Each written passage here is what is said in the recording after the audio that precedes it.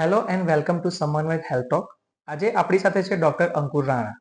Hello, હું doctor Ankur Rana, consultant orthopaedic and joint replacement સર્જન, સમન્વય hospital, Vadodara. Sir આજે આપણને જણાવશે કે જોઈન્ટ રિપ્લેસમેન્ટ એટલે શું. જોઈન્ટ રિપ્લેસમેન્ટ સર્જરી એટલે સાંધો બદલવાની જે સર્જરી છે એ કોઈ કારણસર સાંધામાં ઘસારો થાય અને એ લાસ્ટ છેલ્લા સ્ટેજ પર પહોંચી જાય, જ્યારે દર્દીને દુખાવો પુષ્કળ થતો હોય, રોજિંદી કામકાજ કરવામાં તકલીફ થતો હોય, ત્યારે ડૉક્ટર જોઈન્ટ રિપ્લેસમેન્ટની સલાહ આપતા હોય.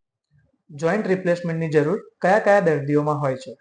જ્યારે સાંધામાં દુખાવો પુષ્કળ થાય, દર્દીને જે છે રોજિંદી કામકાજમાં તકલીફ થાય, નોર્મલ ચાલવામાં, બેસવા ઉઠવામાં, અથવા તો જે છે કે પરના અપર લિમ્બમાં એટલે હાથમાં, ખભામાં કે એલ્બો એટલે કોણીમાં, રિસ્ટ કાંડામાં દુખાવો પુષ્કળ થાય, રોજિંદી કામકાજમાં તકલીફ થતું હોય, સીડી ચડોતરમાં તકલીફ થાય, તો આપણે જોઈન્ટ રિપ્લેસમેન્ટની સલાહ આપતા હોઈએ છીએ. સર દર્દીને કેવી રીતે ખબર પડે કે મારે જોઈન્ટ રિપ્લેસમેન્ટની જરૂર છે. જોઈન્ટ રિપ્લેસમેન્ટની જરૂર છે કે નહીં એના માટે આપણે ઘણા બધા ફેક્ટર્સ કન્સિડર કરતા હોઈએ છીએ.